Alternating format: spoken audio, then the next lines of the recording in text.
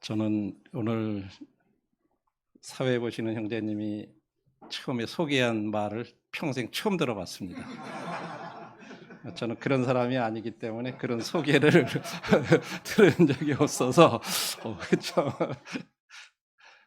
또 한 가지 질문을 드려볼게요. 제가 염색을 했을까요? 그냥 저 본머리일까요? 예? 염색 본머리. 본머리가 적네요. 네, 본머리가 정답인데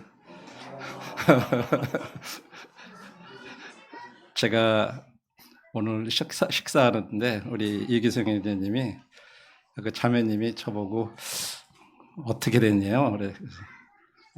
윤 대통령 때문에 제가 2살 줄어서 올해 68세 됐다 그랬죠.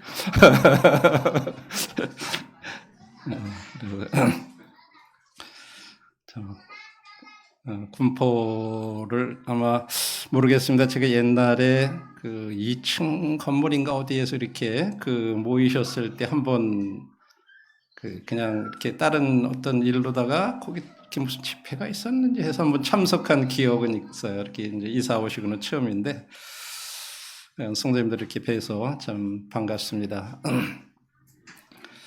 오늘 이번에 이 주제가 뒤에서 이제 이 말씀하신 대로 그 말씀으로 성장하는 교회, 말씀 성장 교회.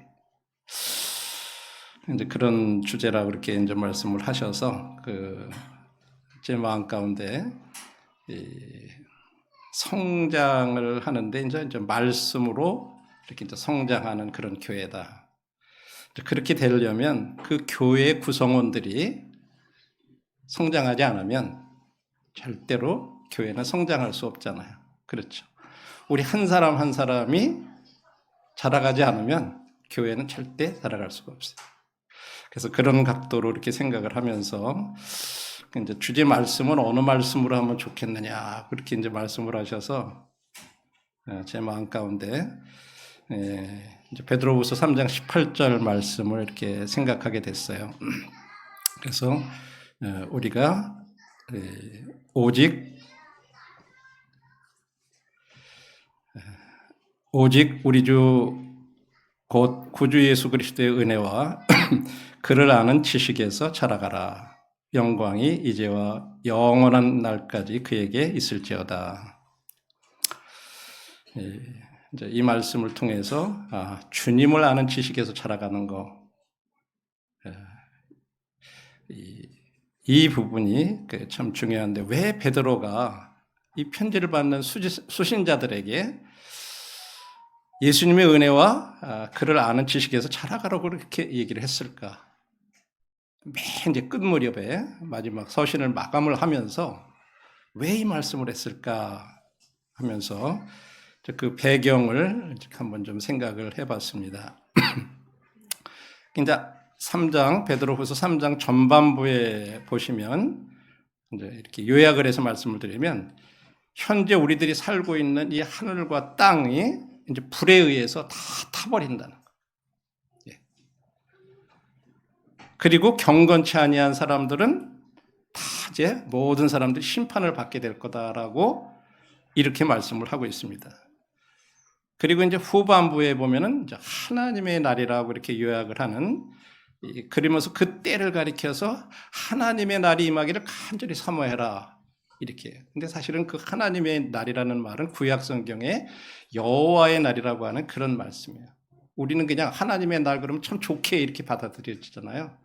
근데 거기서 말하는 하나님의 날이라는 말은 구약 성경에 심판을 주로 의미하는 그런 의미로 사용된 말씀이에요.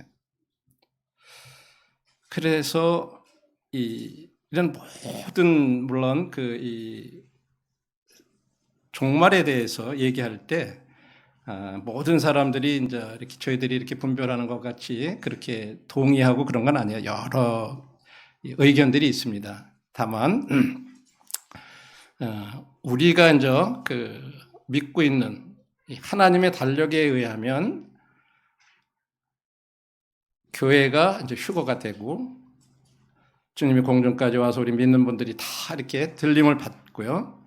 그 다음에 이제 주님께서 이 공중에 오셔서 이제 신부로 우리 저희 교회를 부르셔서 이제 주님과 함께 있게 될 거라고 그렇게 말씀하셨어요. 사실 휴거는 이제 우리들 주변에 현재 일어나는 일들을 보면 진짜 언제 일어나도 일어날 수 있는 모든 준비가 되어 있는 어떤 그런 상황 가운데서 저희들이 살아가고 있어요. 아마 형제자매님들이 뭐 그런 말씀 많이 듣고 그런 유튜브나 뭐 이런 것들을 보면 진짜 저희들이 과거에 경험하지 못했던 그런 일들이 우리들 주변에 너무 급격하게 일어나고 이 코로나 이후에 이런 상황들을 보면서 진짜 이 휴거라는 것은 언제든지 일어날 수 있고 이 교회를 위한 이제 주님의 재림이 굉장히 임박한 것이 사실입니다. 이 휴거 후에 이제 일어나게 될 것이 이제 이 7년 대환란 기간이 있을 것입니다. 그리고 환란 기간에는 저희들이 아는 대로 이 세상에 사는 모든 사람들에게 재앙의 시간이 될 겁니다. 그런 다음에 이제 주님이 이 땅에까지 이제 재림하셔서 여기에서 이제 주님이 지상왕국을 이제 그리스도의 천년왕국을 세우시게 될 것입니다. 그래 이제 주님이 1000년 동안 이렇게 지상에서 다스리기 때문에 이제 종종 천년왕국이라고 이렇게 이제 부르죠. 1000년이 끝이 나고 나면 이제 사단이 많은 사람들을 속일 거라고 말하고 있습니다. 그리고 주님에 대한 반역이 또 다시 일어나게 될 거고 사단이 패배해서 이제 영원한 지옥에 던져질 것이라고 이제 계시록 20장에 그렇게 말씀을 하고 있습니다. 그 다음 마지막에 이제 현재의 하늘과 땅이 다 불에 풀어질 거라고 그렇게 말씀하고 있어요. 그리고 나서 이제 믿지 않는 사람들에 대한 최후 심판으로서 큰 백보자 심판이라고 이렇게 말씀하고 있죠. 계시록 20장에서 그렇게 말씀하고 있습니다. 그리고 그때는 이제 의가 영원히 거하는 새하늘과 새 땅에 하나님의 날이 올 것이다 라고 베드로후서 3장 13절에서 지금 말씀을 하고 있습니다. 그래서 이제 이 환란기부터 영원한 나라 그리고 이 하나님의 날까지 미래의 모든 사건을 지금 여기서는 주의 날이라고 이렇게 부르고 있어요. 주의 날이다. 그런 제목하에 그렇게 부르고 있습니다. 그래서 이제 이 미래 앞으로 오게 될 이제 주의 날은 그렇게 오랜 기간 동안 이제 계속 지속될 거라고 말하고 있습니다. 이제 10절부터 18절에서 이제 베드로가 주의 날의 마지막 부분에 이렇게 집중해서 이제 얘기를 하고 있어요. 지금 하신 말씀이. 그래서 현재 하늘과 땅이 불에 타서 없어지고 체질이 풀어지겠다. 그 체질이라는 말은 이 원소들 이런 것까지도 이제 다 풀어지겠다고 뜨거운 불에 풀어질 것이라고 12절에 말씀을 하고 있습니다. 아마도 오늘날 우리들이 이제 핵전쟁 같은 이런 핵재앙을 말하고 있지 않나 이렇게 생각이 됩니다. 그렇게 분별하고.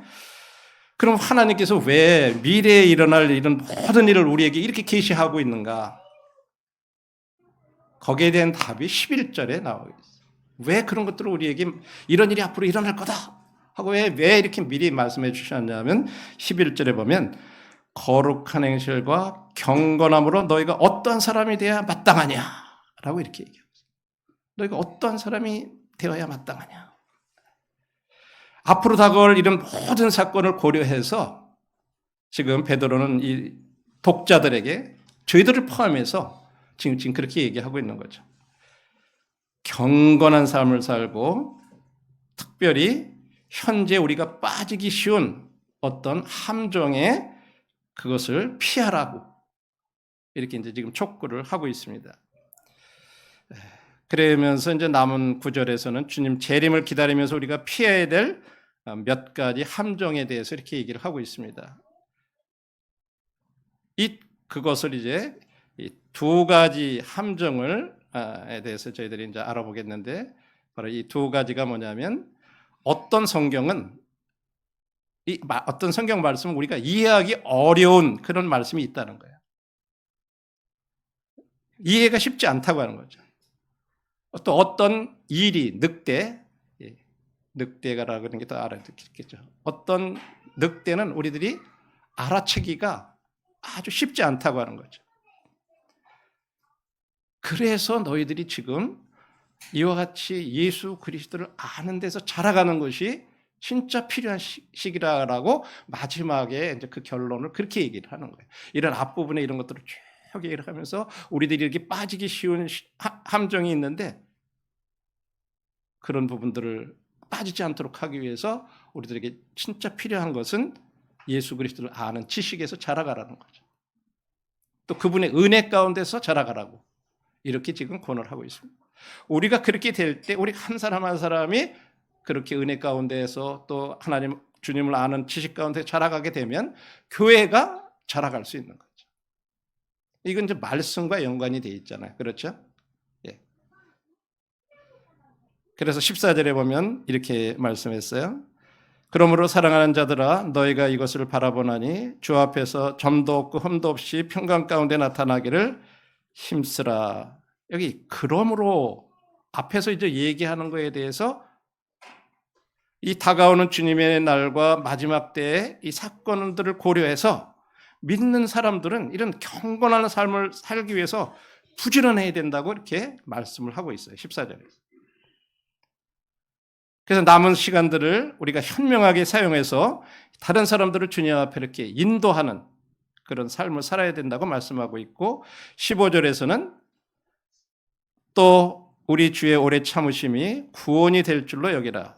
우리가 사랑하는 형제 바울도 그 받은 지혜대로 너희에게 이같이 썼고 라고 말하고 있어요. 지금 하나님이 이렇게 인내하시고 오래 참으시는 것은 사람들이 예수님 앞에 돌아와서 그분을 믿어 구원받도록 시간을 지금 연장시켜주고 있다고 하는 사실을 우리들이 기억해야 합니다.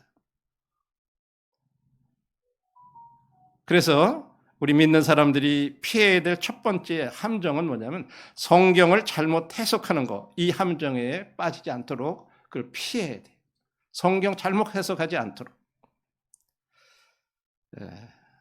성경이 잘못 해석되는 그 이유 가운데 하나는요. 어떤 성경들은 이해하기 어렵기 때문에 그렇습니다. 그래서 잘못 해석할 수 있어요. 그래서 이제 베드로후서 3장 16절에 이렇게 얘기하고 있습니다.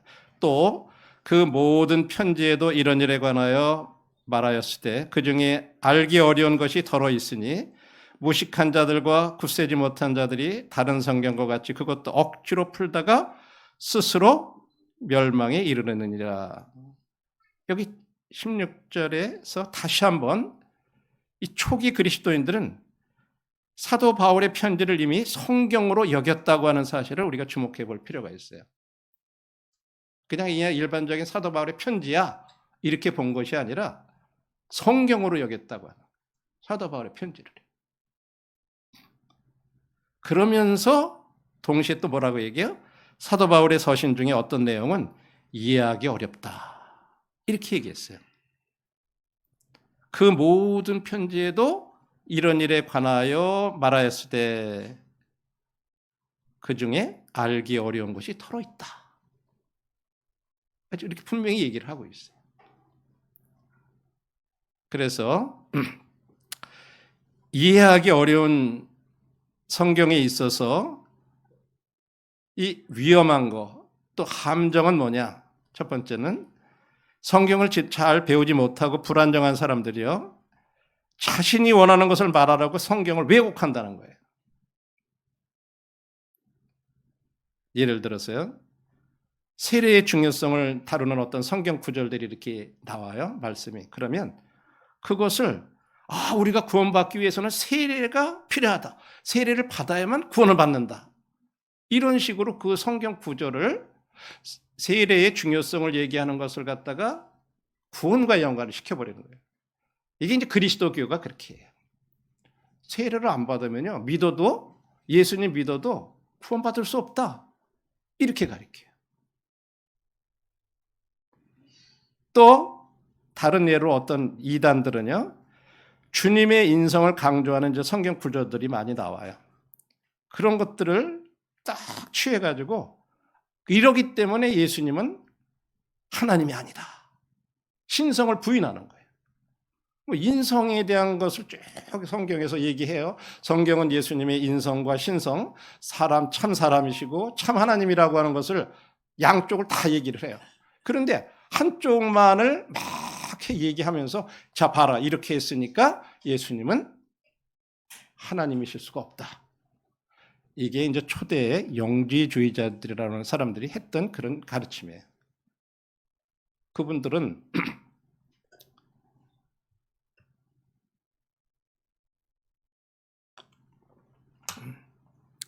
물질이라고 하는 것은 악한 거다.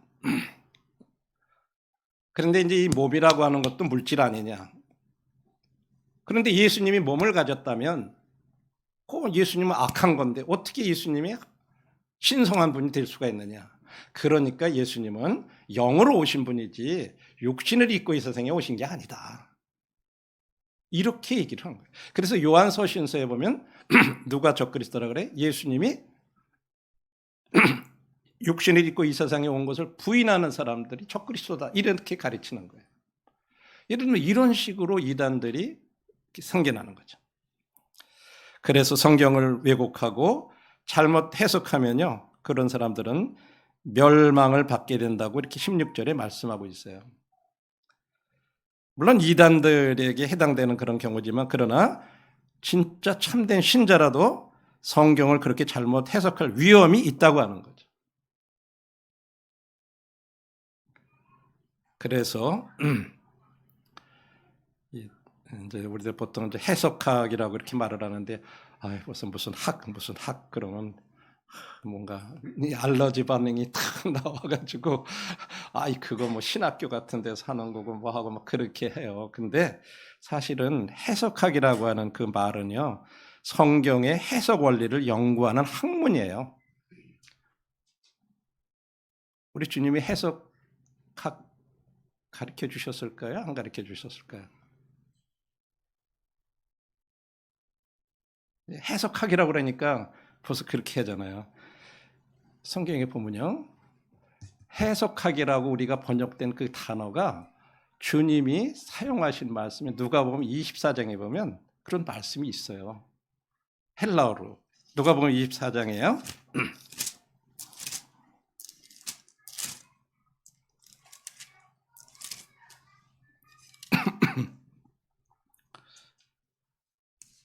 (24장) 27절 이에 모세와 모든 선지자의 글로 시작하여 모든 성경에 쓴 바 자기에 관한 것을 자세히 설명하시니라 이렇게 나오죠. 그 다음에 32절에도 보시면 그들이 서로 말하되 길에서 우리에게 말씀하시고 우리에게 성경을 풀어주실 때에 우리 속에서 마음이 뜨겁지 아니하더냐. 여기 성경을 풀어준다는 말이 바로 해석하기라는 단어가 똑같은 말이에요. 주님도 해석해 주셨어요. 그래서 우리들이 일부 성경은 이해하기 어렵기 때문에 해석학 공부는 우리에게 도움이 돼요.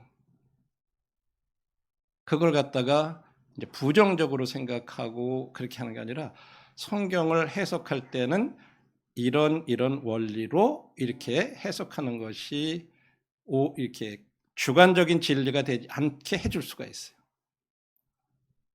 그 가운데 하나가 문자적으로 해석하는 게 있고요. 그냥 성경은 그대로 문자대로 해석하는 거예요. 그게 제일 기본적인 원리예요. 근데 어떤 분들은 이런 해석도 들었어요. 이스라엘 백성들이 출애굽해서 나와가지고 광야에서 이렇게 정탐꾼 보냈다가 막 부정적인 보고를 하니까 막 원망하고 그래가지고 그러는 바람에 광야를 이렇게 방황하잖아요. 그렇게 하다가 이제 거기를 끝내고 가는데 어떤 세렛이라는 시냇가를 넘어가는데 그때가 38년 되었더라 하는 말씀이 있어요. 그런데 그 말씀하고 어떻게 연관하냐면 요한복음 5장에 보면 베데스다 못 옆에 있었던 38년 된 환자가 있어요. 이 사람이 예수님을 만나서 연못에 들어가서 났잖아요. 그 38년과 그 38년을 연결시켜요. 그렇게 해석을 하더라고요. 그거는 사실 아무 연관이 없는 거거든요. 근데 이제 그런 식으로 성경을 해석하는 수도 있다는 거예요. 그래서 우리들이 성경은 올바로 이렇게 해석하는 거, 문자적으로 해석한다고 그러는데 그걸 갖다 그렇게 연결을 서로 하면 안 돼요. 그냥 38년이 이제 이렇게 돌다가 그 때를 넘어갈 때가 그냥 38년이면 그냥 38년이지, 그거하고 요한복음 5장에 나오는 그 38년 무슨 관계가 있어요? 전혀 그런 거 아니거든요. 이런 식으로 이제 해석하면 안 된다고 하는 거죠. 그래서 성경에서는 이제 그러다 보니까 그런 식으로 이제 해석하거나 자기들이 말하고자 하는 어떤 그런 것에 이렇게 성경을 꽤 맞추기 위해서 이렇게 하다 보면 이상한 사람들이 나타나요. 성경은 그것에서 일이라고 얘기하죠. 그런데 그런 늑대, 이리와 같은 사람들은 우리들이 알아채기가 쉽지가 않아요. 어떻게 보면 그래, 성경을 그렇게도 해석할 수 있구나. 야, 진짜 신기하다. 뭐 그럴 수가 있어요. 그러면 그런 가르침에 따라갈 수가 있어요. 여기 베드로후서 3장 17절에 그렇게 말씀하시죠. 그러므로 사랑하는 자들아, 너희가 이것을 미리 알았은즉 무법한 자들의 미혹에 이끌려 너희가 굳센 데서 떨어질까 삼가라. 그러면서 18절에 저희들이 오늘 주제 말씀인 본문을 말씀한 거예요. 오직 우리 주 곧 구주 예수 그리스도의 은혜와 그를 아는 지식에서 자라가라. 영광이 이제와 영원한 날까지 그에게 있을지어다. 그래서 우리가 두 번째 피해야 될 함정이 뭐냐면 거짓 교사들을 알아보지 못하는 그런 함정에 빠지면 안 돼요. 우리 이제 거짓 교사들을 조심해야 돼요. 마태복음 7장 15, 16절에서 예수님 이렇게 말씀하셨어요. 양의 옷을 입고 너희에게 오는 거짓 선지자들을 조심하라. 그들은 속은 노략질하는 이리들이니라. 일이라는 말이 여기서 나온 거죠. 늑대 일이. 그러면서 어떻게 우리들 그들을 알아볼 수 있냐? 그들의 열매로 그들을 알리라. 이렇게 말씀해요. 그러니까 우리들이 말로만 이렇게 하는 것 가지고는 사실 잘 몰라요. 그리고 성경을 잘 분별하지 못하면 그런 말들이 굉장히 신비한 것 같고 막 그래요. 그래서 신천지가요, 이 비유를 자기네들은 비유를 진짜 잘 풀이한다고 그렇게 얘기를 하면서 비유에 대한 얘기들을 막 얘기를 해요. 그러면 일반 저희들이 성도들은 그런 거에 대해서 못 들어봤다가 그런 거 들어보면 막 신기한 것 같고, 그게 또 기가 막히게 이렇게 착착착착 연결한 것 같아가지고 진짜 그럴듯한 거예요. 그러면 와서 한 번만 딱 들어보라 그래요. 막 그러면서 이거 괜찮아, 안 와도 되니까 한 번만 딱 들어보라고. 그래서 거기 갔다가 한 번 듣고 두 번 듣고 그러면요, 야, 내가 지금까지 배운 게 뭔가 잘못된 것 같다. 이 사람들이 진짜 신기한 걸 배운 것 같다. 그러면서 가요. 끌려가요. 이 말씀대로 진짜로 그렇게 될 수가 있어요. 그래서 사도 바울도요, 사도행전의 20장 28절로 31절에 보면 에베소 장로들과 이렇게 고별을 하면서 이렇게 지금 얘기를 하고 있어요. 20장 28절에서는 먼저 여러분은 자기를 위하여 또는 온 양떼를 위하여서 상가라. 성령이 그들 가운데 여러분을 감독자로 삼고 하나님이 자기 피로 사신 교회를 보살피게 하셨다. 장로 형님들 앞에 모셔놓고 하나님이 양떼들을 위해서, 여러분 자신을 위하고 또 이 양떼들을 위해서 진짜 상가라. 왜? 성령님께서 여러분들을 감독자로 삼고 하나님이 자기 피로 사신 교회를 여러분들에게 보살피게 했는데, 내가 떠난 후에 이제 29절에 사랑하는 이리가, 이 늑대가 여러분에게 들어와서 그 양떼를 아끼지 아니하며 또한 여러분 중에서도 제자들을 끌어 자기를 따르게 하려고 어그러진 말을 하는 사람들이 일어날 줄을 내가 안다. 사도 바울도 이 문제를 동일하게 이렇게 얘기를 하고 있어요. 내가 이제 떠나고 나면 이제 자기가 이 사도 바울은 적어도 약 3년 동안을 에베소에서 이렇게 있었었어요. 그 중에서 2년은 두란노라고 하는 서원에서 그가 시간이 될 때마다 거기에서 끊임없이 복음을 전하고 말씀을 전하는 일을 그와 같이 했어요.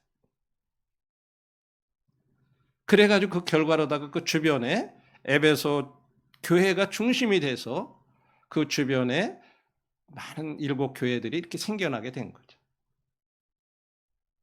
그런데 내가 떠난 다음에 사나운 이리가 들어올 거라 이렇게 얘기를 했어요. 그런 거짓 교사들이 들어올 걸 얘기를 했어요. 또 하나는 내부적으로 여러분들 가운데서도 자기를 쫓게 하려고 이 말씀을 왜곡하는 사람들이 일어나게 될 거다. 어그러진 말을 하는 사람들이 일어날 줄 내가 안다. 사도 바울은 이 말씀 세계 안에 영적인 세계 안에서 이와 같은 일들이 일어날 것을 미리 생각하고 이런 것들을 경고를 하고 있었던 거예요. 여러분 지금도 이런 일들은 이 말씀대로 우리 가운데에서도 일어나고 있어요. 예. 특별히 우리가 주님을 아는 이런 데서 잘 자라가지 아니하면요. 성경은 참 신기해요. 조금만 자기의 어떤 이권이라든지 어떤 이런 거하고 연결돼 가지고 딱 잘못 보잖아요. 똑같은 말씀인데 딱 이상하게 돼요. 이상한 방향으로 가요. 그래서 주님도 마태복음에서 보면 너희가 이렇게 배웠지만 너희가 이렇게 들었지만 하면서 하나하나 이렇게 고쳐가는 말씀들은 보면요. 이 유대인들이 쭉 지금까지 전통적으로 얘기해 왔던 것들에 대해서 뭐가 문제점인지를 딱딱 중심을 지적하신 거예요. 근데 사람들은 그렇게 따라왔어요, 지금까지. 근데 주님이 그 핵심을 하나하나 하면서 이렇게 바꿔주셨거든요.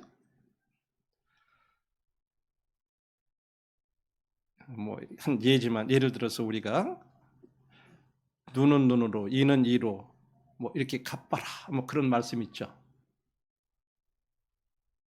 그러면 어떻게 보면 우리가 그것을 이렇게 보느냐 저렇게 보느냐에 따라서요.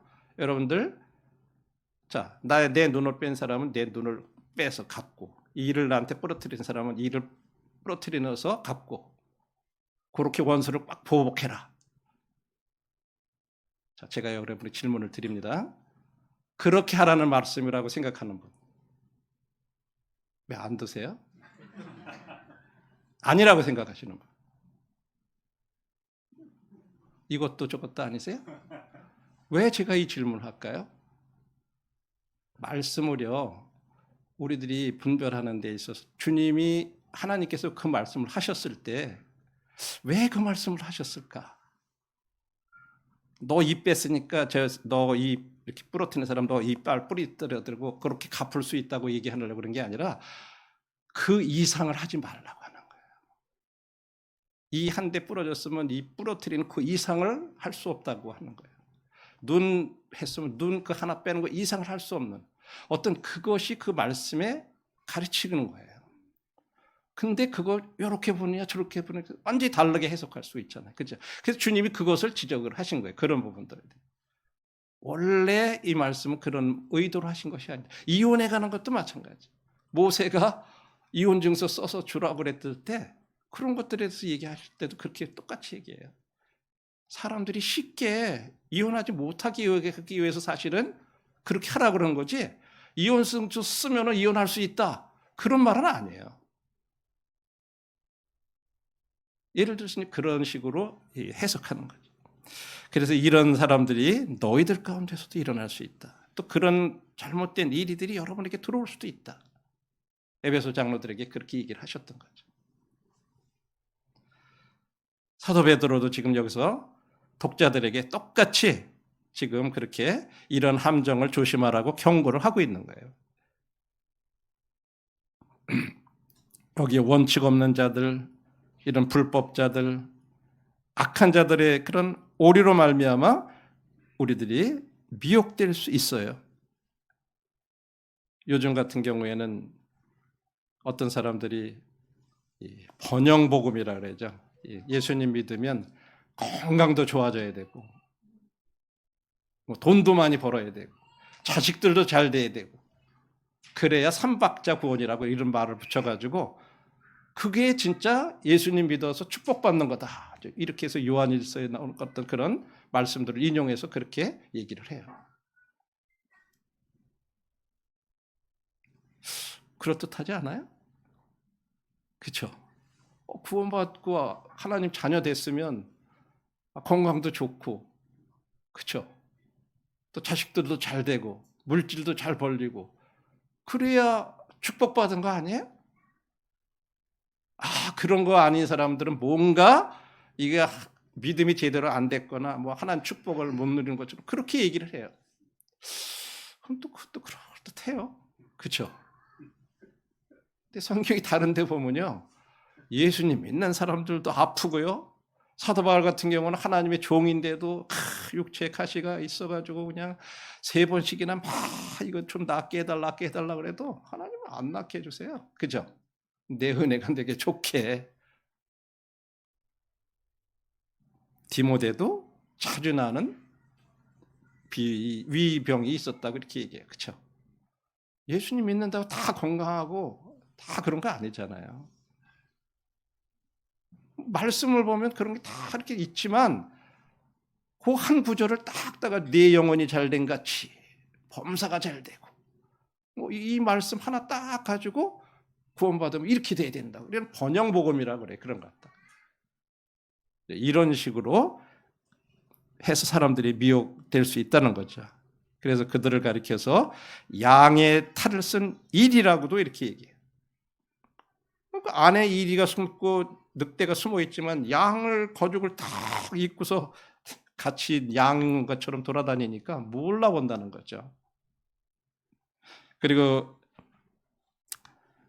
이제 이러다 보니까 심지어는 이제 교회들도 그렇고요. 또 뭐 말씀을 가르친다고 하는 어떤 성경대학이라든지 이런 데까지도 이런 오류에 빠질 수도 있다고 하는 거예요. 왜냐하면 이 일을 알아채기가 쉽지 않기 때문에 그래요. 예. 사단은 또 고린도후서 11장 4절에서는 또 뭐라고 말씀하고 있죠? 광명의 천사로 자기들을 가장한다. 그래요. 아주 진짜 뭐 빛나는 천사의 모습으로 이렇게 사단은 이렇게 변장을 잘하는 거죠. 그게 나타나기 때문에 우리가 알아채기가 쉽지 않다는 사실 우리들이 진짜 기억을 해야 됩니다. 그래서 이런 데로부터 보호를 받을 수 있는 열쇠가 뭐냐? 이게 이제 베드로전서 3장 18절의 말씀을 지금 답을 얘기해 주는 거예요. 오직 그러니까 너희들 우리 주 예수 그리스도의 은혜와 그를 아는 지식에서 너희들 자라가야 된다. 그래야 이런 데 미혹에 빠지지 않을 수 있다. 이것을 말씀하고 있습니다. 하나님 말씀을 우리가 꾸준히 이렇게 먹음으로써 저희들이 주님의 은혜와 지식 안에서 자라갈 수가 있습니다. 여기서 말하는 지식 안에서 자라간다는 말은 그냥 성경 말씀을 지식적으로 이렇게 많이 알아간다는 그런 의미가 아니에요. 주님을 경험적으로 알아간다고 하는 것을 말하는 거죠. 그 주님의 은혜와 주님이 어떤 분인지를 경험적으로 우리의 삶 가운데서 계속해서 알아가라고 하는 거죠. 근데 여기서 이제 지식으로 자라간다고 하는 어떤 그런 부분들을 어떤 학문적으로 막 성경을 지식적으로만 아는 그런 데서 자라가는 것으로 이렇게 오해를 하는 사람들이 있는 거예요. 그래서 신학교에 가서 뭘 배워야 목사님이 될 수 있고 보가 될 수 있고 이 말씀을 그렇게 또 해석하는 거예요. 말씀은 그런 게 아니죠. 앞부분과 쭉 이렇게 볼 때 이렇게 이런 위험성이 있고 이런 함정들이 있으니까 그런데 빠지지 않으려면 너희들이 그분에 대한 것을 그 주님을 진짜 잘 알아가야 된다. 지금 이렇게 말씀하시는 거예요.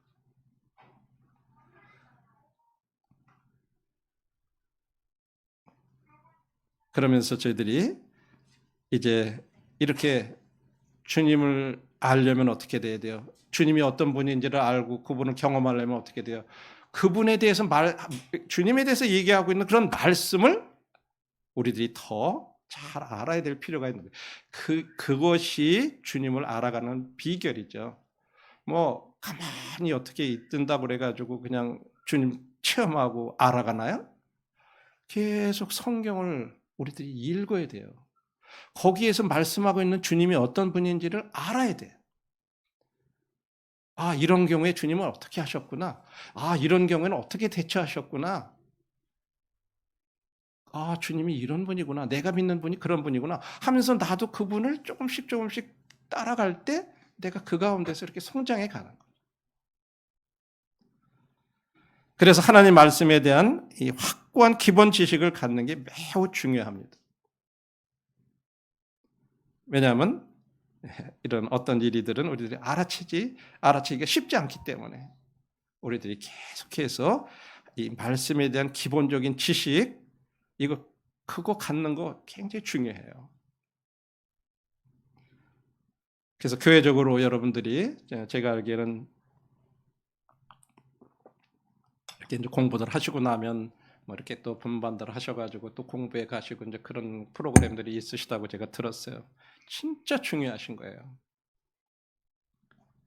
교회적으로 그런 것들이 이렇게 잘 확립되지 않으면 교회가 진짜 약해지게 돼 있어요. 그렇게 하려면 사실은 굉장히 어떻게 보면 막 힘들잖아요. 교회에서 뭐 말씀도 듣고 또 나눠가지고 이렇게 하고 그래요. 이제 울산 중부 같은 경우에는 이제 자매님들 같은 경우에 예를 들면 이제 화요일 날 어느 책자라든지 이런 걸 가지고 지금 이제 승리하는 삶이라고 하는 것을 가지고 이제 공부들을 합니다. 그리고 이제 낮에 시간이 안 되고 어린아이들 있는 분들은 밤에 9시에 줌으로다가 이렇게 해서 한 30명 이상이 이제 공부들을 하고 계세요. 자매님들이 꾸준히. 이게 이제 자매님들이 그런 걸 통해 가지고 어떤 승리하는 삶에 대한 것들을 이렇게 하니까 교회가 사실은 이 자매님들이 얼마나 사실은 교회는 자매님들에게 달린 것 같아요. 형제님들 죄송합니다만은 실제 움직이는 건 자매님들이 다 움직이시더라고요. 근데 자매님들이 그것이 말씀에 근거를 해서 이렇게 움직여질 때 문제가 없어요. 그렇기 위해서 진짜 그런 부분들에 대해서 교회적으로 그런 것들 함께 이 말씀을 통해서 어떤 기본적인 그런 부분들 이렇게 확실히 세워져 갈 때 그러면 교회가 그만큼 성장해요. 그래가지고 이제 어떻게 교회적으로 하냐면 교회를 이제 저희들은 이제 연령별로다 이렇게 이제 소그룹으로 이렇게 해가지고 각 소그룹별로다가 해야 될 일들을 다 이렇게 나눠서 해요. 그러니까 그걸 뭐 그러니까 교회에서 정해주는 게 아니에요. 자체적으로 이런 일들이 있습니다라고 하는 것을 얘기를 해주고 그 중에서 우리 그룹에서는 이렇게 하겠다. 예를 들어서 저희 60, 70대 형제님들 그룹이 있어요. 거기는 그 믿지 않는 남편들을 친구로 삼아서 주님 앞에 인도하겠다 하는 그런 걸 가지고 남편들하고 그냥 만나가지고 다른 얘기 안 해요. 커피숍 가고 뭐 하고 뭐 이러면서 가가 친구 만드는 거예요. 그럼 자연히 하다 보면은 이렇게 해서 이제 얘기가 되잖아요. 그래가지고 남편 두 사람들이 지금 교회 나오고 계세요. 진짜 만년 구도자예요. 만년 구도자. 진짜 오래 끈질겼는데 지금은요 거의 두 분 다 이제 그러다 보니까 수양회까지도 참석하시고 거의 이제 복음 시인하시고 이제 뭐 주일날도 그냥 나오시고 막 그렇게 돼요. 이제 주님이 그렇게 역사하세요. 그다음에 주변에 있는 또 이 노인들이 이제 바로 교회 앞에 그걸 뭐라 그래야든가 무슨 하여간 뭐 이렇게 이제 정부에서 지원해 가지고 노인들 뭐 이렇게 그림도 가르쳐 주고 뭐 장난감도 만들고 지능놀이도 하고 막 그런 거 하는 프로그램들이 있는데 한 자매가 이제 그걸 운영을 해요. 그래서 거기 노인들이 이렇게 이제 오시고 막 그래요. 그러면 이제 그 노인들을 이제 이 자매님들 소그룹 중에 이제 그 그룹은 우리는 그 노인들을 섬기겠다. 그래서 거기에 가가지고 그분들한테 이제 바로 이제 그냥 예배당이니까 식사를 막 준비를 해가지고 그분들 잠깐 그러니까 교회 전혀 안 다니시는 분들인데 교회 오자 그러면 안 오잖아요. 근데 그냥 식사 함께 하세요. 그냥 여기 옆이니까. 그래가지고 한 번, 두 번 이런 식으로 이제 오니까 이분들이 교회에 대해서 오는 거에 대한 거부감이 없는 거예요. 이런 식으로 이제 자연스럽게 해죠. 근데 이런 것들이 바탕이 어디서부터 하나 이렇게 보니까 자매님들이 좀 말씀 안에서 이렇게 하니까 나도 어떻게 섬겨야 되겠다 하는 어떤 그런 마음들이 생기니까 그런 일을 하는 거예요. 교회에서 그거 해라 그래서 할 수 있겠어요? 안 되잖아요. 이제 그런 것들을 보면서 말씀에 대한 이런 어떤 확고한 기본 지식들, 기초적인 것부터 잘 다져주는 거 이거 굉장히 중요하구나 하는 것들을 다시 이렇게 보게 되죠. 자, 그러면서 이제 진짜 우리에게 이런 것들에 대해서 우리 삶 가운데 우리가 들은 말씀들을 적용할 때 우리 어떤 말씀을 통해서 우리들에게 책망해 주시거나 얘기해 주실 때 우리들이 그런 거 거부하지 마세요. 책망을 거부하지 마세요. 책망은 우리 믿는 사람들이 성장하고 성숙하는 데 있어서 도움이 될 수 있어요. 베드로의 삶도 그랬어요. 갈라디아서 2장 11절에 보시면 사도 바울이 이렇게 오니까 베드로가 이방인들하고 이렇게 같이 식사하다가 이렇게 오니까 멀쩡하면서 슬그머니 물러나 버렸단 말이에요. 그죠? 그랬을 때 베드로가 안디옥에 이르렀을 때 책망받을 일이 있기로 내가 그를 대면하여 책망했노라. 이렇게 얘기해요. 사도 바울이 베드로를 면전에서 꾸짖었어요. 베드로가 부정적인 반응을 보일 수도 있을 거예요. 야, 내가 수제자인데 말이야. 응? 너는 예수님 따라다니지도 않았던 자가 말이야. 나 같은 수제자한테 어디 그 감히 그러냐고. 막 그렇게 얘기할 수도 있었을 거예요. 그죠? 예. 그리고 막 방어적이고 막 화를 내면서 그 책망의 귀를 기울이지 않을 수도 있었을 거예요. 더 나가가지고 이 바울이 진짜 못됐다 그러니 막 그러면서 원망을 품을 수도 있었을 거고 아마 그럴 거예요. 그런데 베드로는요 바울의 책망을 거절하지도 않았고 원망하지도 않았어요. 우리가 은혜 안에서 성장할 때 우리는 지금뿐만 아니라 그리고 영원히 주님께 영광을 돌립니다. 우리의 주인이시고 구원자이신 우리 주님 앞에 영광을 돌리는 것이 우리의 삶의 최종 목표예요. 그래서 우리들에게 어떤 책망받거나 어떤 일이 있을 때라도 목표를 어디에 둬야 돼요? 주님께 영광 돌리는데 이렇게 두면 그래 내가 잘 자라서 내가 주님을 더 잘 알면서 내가 내 모습 잘 못 보는데 나를 보게 해주셨구나. 그러니까 주님 감사합니다. 그렇게 영광 돌리고 지금 제가 알기에는 안양교회와 여기 군포충부가 이렇게 함께 이제 해서 주님을 섬기시기로 했다고 하는 얘기를 이렇게 들었어요. 거기에 최종 목표가 뭡니까? 네. 우리 그런 거 생각해야 돼. 옛날이 이렇고 어떻고 우리가 이렇게 했는데 왜 이렇게 하고 이런 것으로 생각하고 그러다 보면 어려워요. 계속해서 그런 부분들이. 근데 우린 그게 아니라 우리의 목표는 뭐예요? 주님께 영광 돌리는 데 있다 하는데 이걸 최종 목표로 삼으면 조금씩의 어떤 차이점들을 들 수 있을 거고 그동안에 서로 섬겨온 방식이 다르실 수 있고 이런 것들이 다 하나 될 수 있어요. 이것이 그렇게 해줄 수 있는 것은 단지 말씀이에요. 주님 말씀을 그래서 계속해서 함께 이렇게 하셔서 그렇게 영광로에 들어가가지고 녹듯이 말씀 안에서 그렇게 되면 그런 부분들은 다 해소돼 가는데 이거를 이제 막 인간적으로 풀어보려고 그런다든지 어떻게 이렇게 하시다 보면 점점 더 어려워지죠. 결론의 말씀을 드리고 오늘 말씀을 마치도록 하겠습니다. 말씀으로 성장하는 교회가 되기 위해서는 이 교회의 지체가 된 나 자신부터 우리 주 예수의 은혜와 그를 아는 데서 자라가야 될 거예요.